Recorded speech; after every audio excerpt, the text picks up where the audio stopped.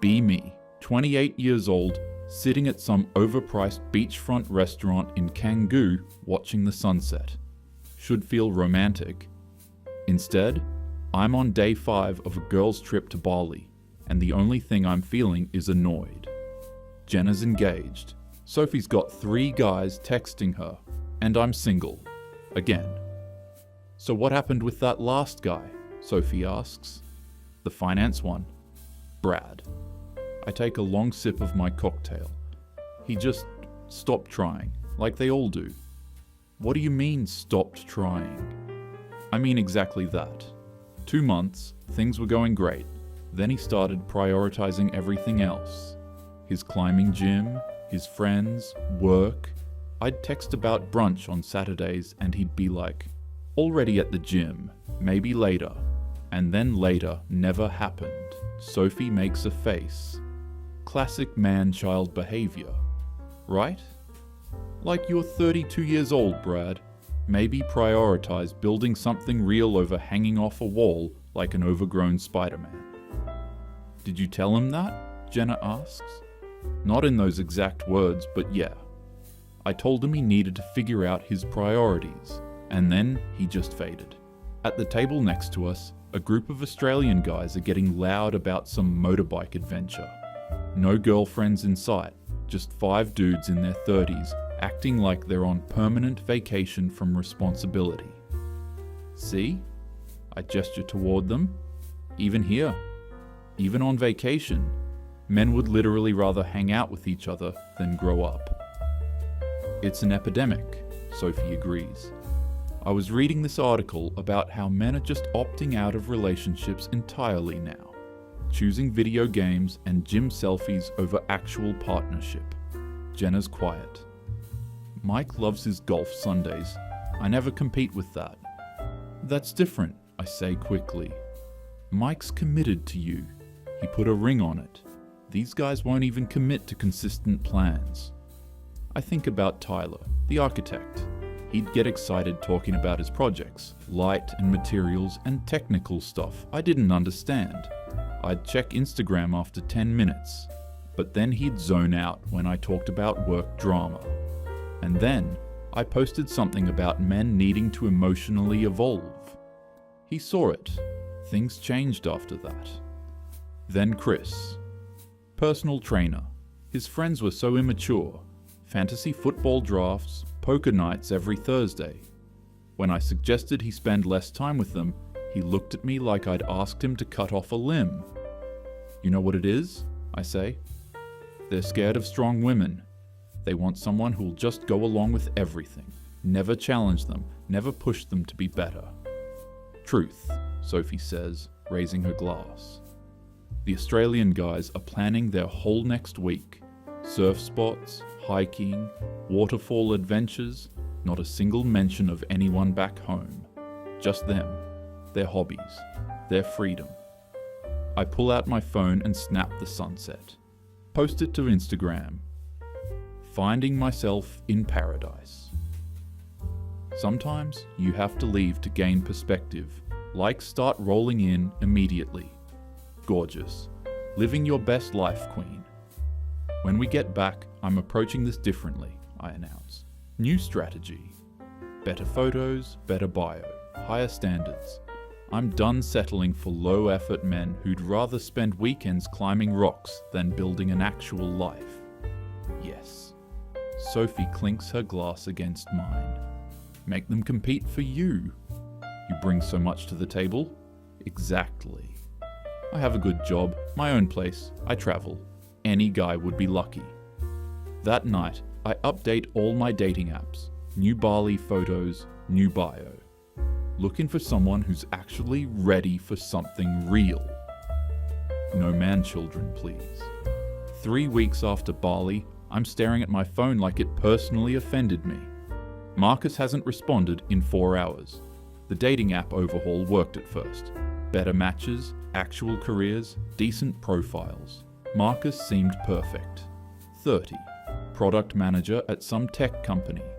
Thoughtful bio about building products that matter and weekend adventures.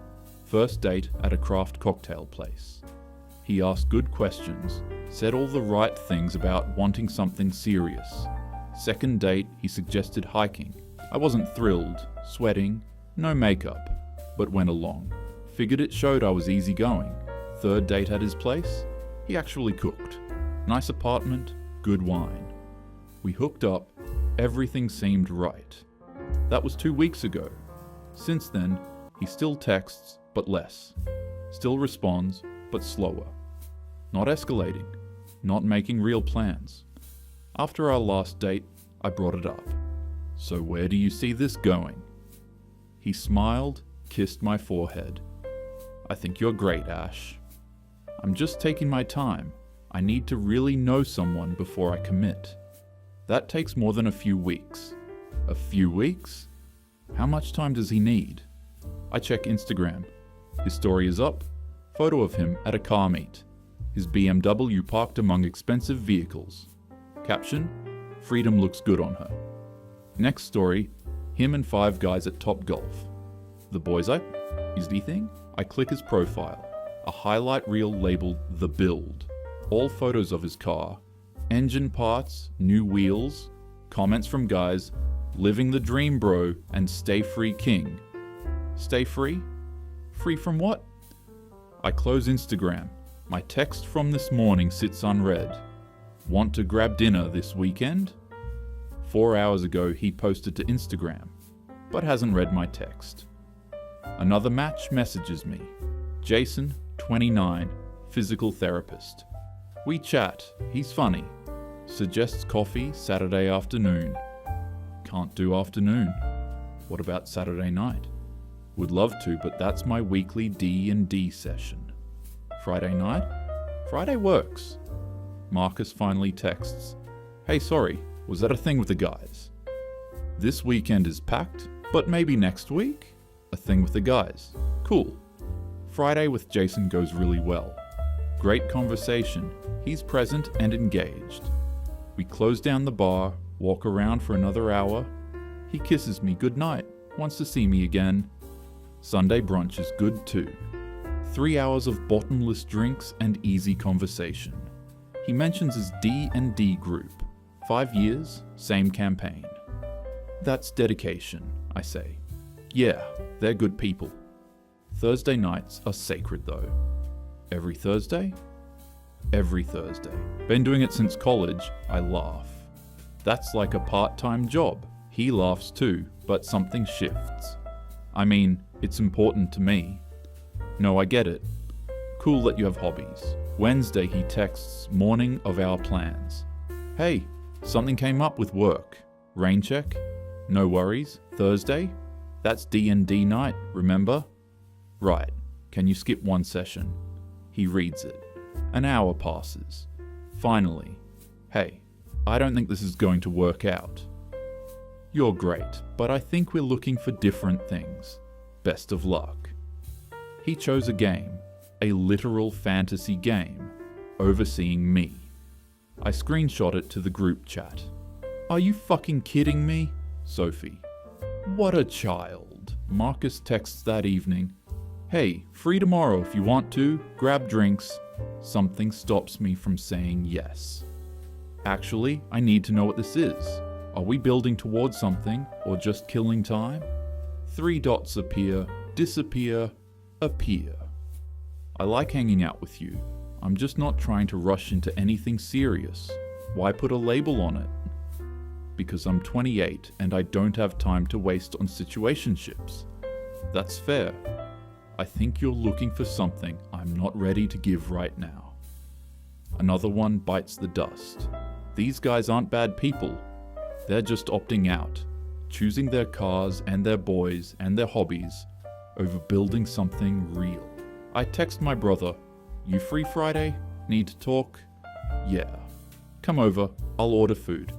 I show up at Jake's apartment with wine and frustration. He's in sweatpants, his place clean but clearly bachelor pad. Minimalist furniture, massive TV, gaming setup with multiple monitors. Thai or Indian? Thai. Extra spicy. We settle on his expensive couch. I launch into everything.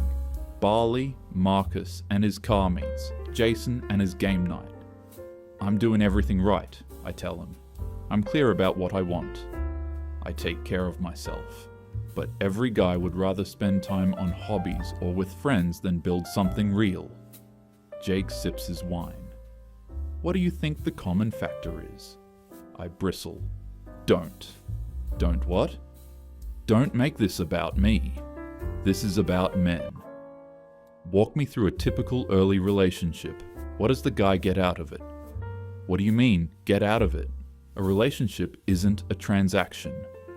What do you bring? What makes his life better? I rattle it off. I have a good job. I'm financially independent, fit, interesting, traveled, cultured, progressive. I'm a catch. That's what you are. I'm asking what you do for him. This is exactly the problem. Women aren't supposed to do things for men anymore. That's patriarchal thinking. Modern relationships are about partnership, equality. What does partnership look like to you? We both contribute equally, split bills, both have careers, both make decisions. What about the stuff you expect him to do? Planning dates, pursuing you, proving himself, being the emotional rock? That's just what men do in relationships. That's their role.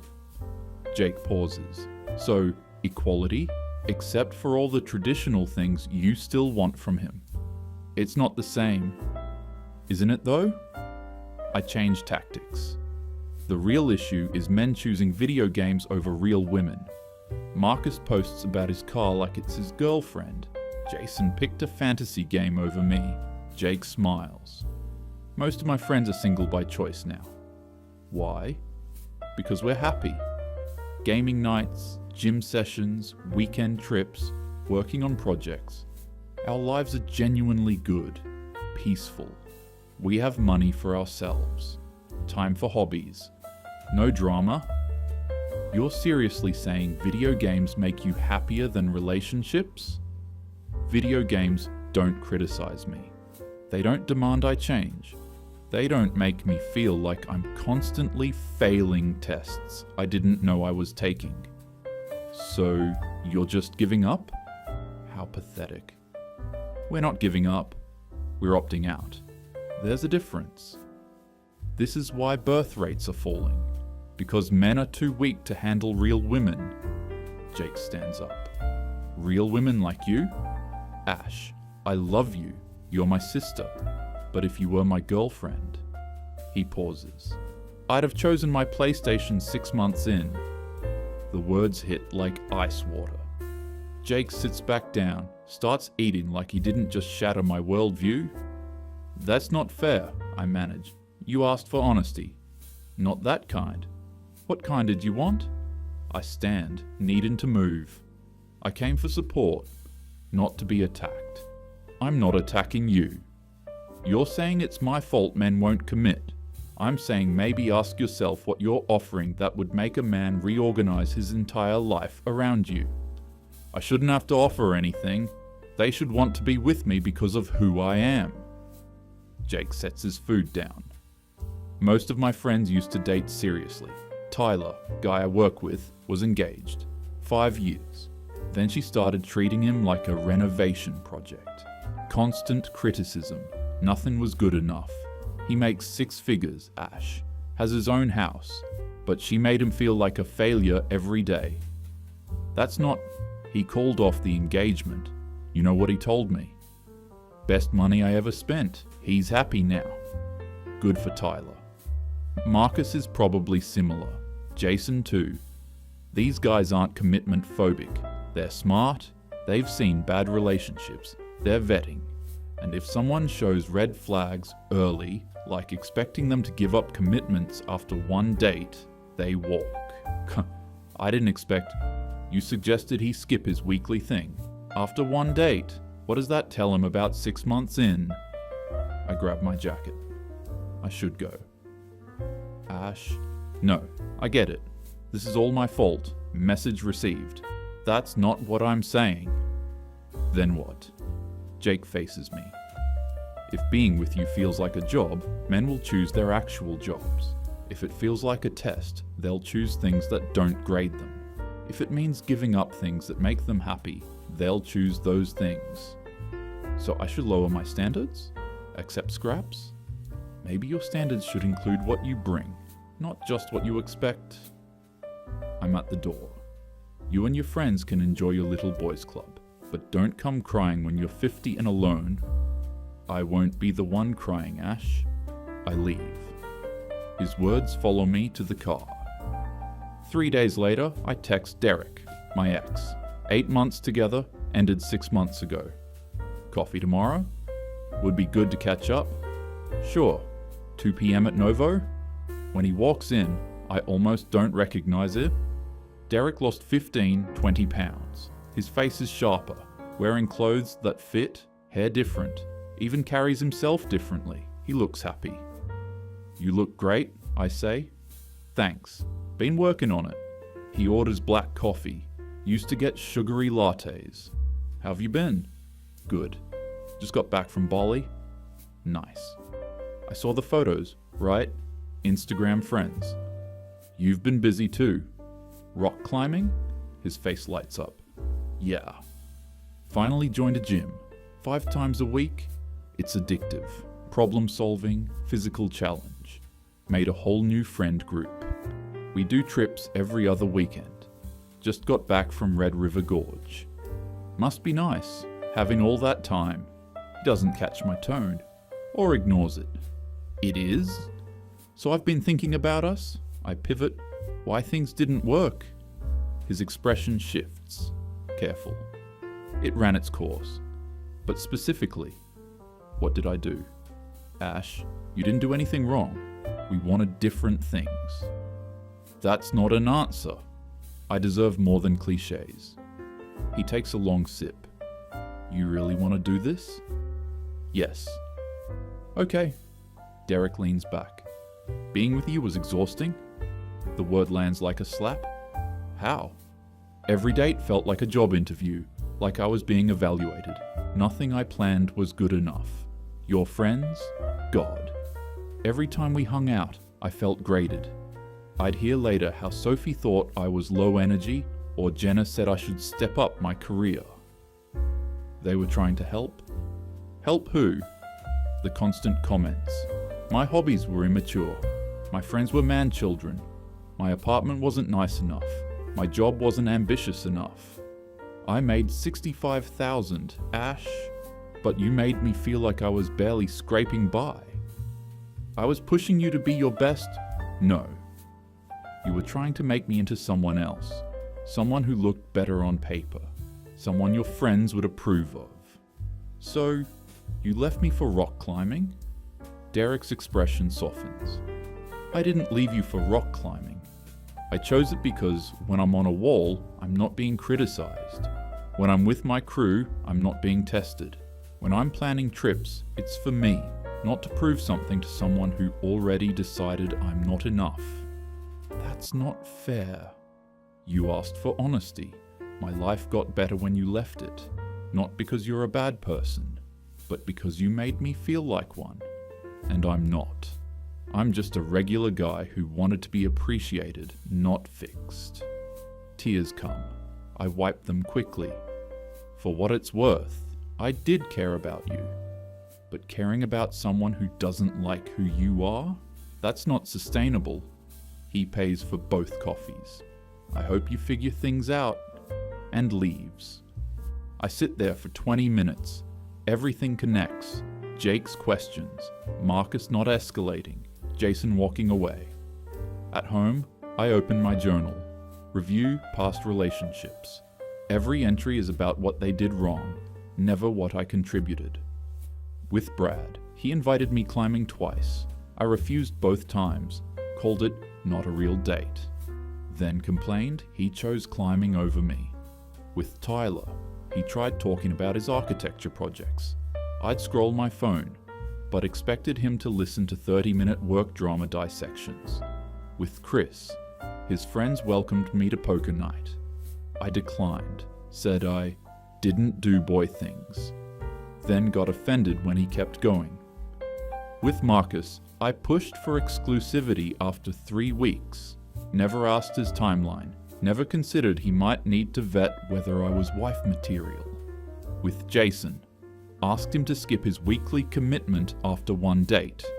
With Derek, I can't remember the last compliment that wasn't about fixing him. I sit there on my couch, journal open, staring at years of complaints about men who weren't enough. My phone buzzes, a notification from some article Sophie shared in the group chat earlier. I'd ignored it then. Now I click it. Why men are walking away. The cost-benefit analysis of modern dating. I almost close it immediately. Sounds like red pill garbage, but something makes me read. The article talks about how men are increasingly choosing to stay single, not because they hate women or can't get dates, but because they're doing a simple calculation. Does adding a relationship to my life make it better or worse? It quotes men explaining their reasoning. Their lives are good. They have careers, hobbies, friends, freedom, peace. A relationship would need to add something significant to compete with that. But modern dating often adds stress, criticism, financial drain, loss of free time, constant testing. One quote stands out. I'd rather be alone and content than coupled and miserable. My PS5 doesn't tell me I'm not good enough. The article isn't mean-spirited or angry. It's just matter of fact, clinical, like they're analyzing a bad business deal. So I'm the bad deal? I read it twice, then a third time. Everything Jake said, everything Derek said. It's all here, laid out in cold logic. I grab my phone and text Jake. Can I come over? Yeah. The cost-benefit analysis, I say. Explain it. Jake sees I'm serious. Imagine you're a guy. Decent job, hobbies you enjoy, friends you trust, life is good. Content? I nod. Then you meet a woman. To upgrade your life, what does she need to add? Companionship. Partnership. You already have companionship with friends. Partnership at work. What else? Emotional support? Do you make him feel supported? Or like a project? Silence. Physical intimacy, sure. But you also expect him to plan dates, pay, pursue you, deal with your moods, meet your friends' approval, validate you on social media, maybe give up hobbies, constantly prove he's worthy. And if his life is already peaceful, why trade peace for a performance review? Marcus wasn't commitment phobic, I realize. He was vetting me. Probably. And I failed. You showed him who you are. He made a choice. Derek said his life got better when I left. Did you make it better when you were in it? I can't answer. That's why guys are choosing hobbies, Ash. Not because hobbies are better, because hobbies don't make you feel like you're failing. They don't take without giving. They don't demand you change. I thought I was advocating for myself, having standards. Standards are fine, but they go both ways. You had a list of what you deserved. Did you ask what you were offering? So all those guys were just opting out, because you made opting out the better option. The entire worldview I built, the feminist talking points, the know your worth mantras, it was never about partnership. It was about hierarchy, with me on top. What do I do now? Stop worrying about what men should do for you. Start asking what you do for them. Stop treating relationships like you're the prize and they're contestants. Something in me hardens. So I should what? Lower my standards? Become some submissive girlfriend who cooks and cleans? That's not, because that's what it sounds like. You're saying women need to go back to the 1950s. I'm saying relationships require both people to add value. I have value, I am valuable, then stay single. He says it simply, not cruel, factual. If you don't want to offer anything beyond your presence, date men who are fine with that. But men who have their shit together? They're going to choose peace over performance reviews. I stand up. Fine. You and your boyfriends can keep your fantasy, your video games, and freedom. See how that works in 20 years when you're old and alone. I'm not going to be the one with regrets. Yes, you will. You're choosing the easy path. You're too weak to handle a real relationship with a strong woman. Jake just looks sad. Maybe strong women don't make men feel weak for having needs? I leave. I open my text with Sophie to vent, start typing the whole story, but halfway through, I stop. Because I'm looking for someone to tell me I'm right. I delete the message. Open my dating apps. Swipe through profiles. All these men with their hobbies and dogs and looking for something real bios. They're not looking for something real with women like me. That's what I'm supposed to accept. But I don't accept it. I can't accept that I spent 28 years building myself, my career, independence, standards, worth, only to be told it's all wrong, that I'm too much. If men can't handle me, that's their problem. I'm not changing for anyone. I'm not lowering my standards. I'm not becoming some grateful girlfriend who makes men feel like kings just for showing up. I'm the catch. I'm the prize. And if men want to choose their hobbies over that, their loss.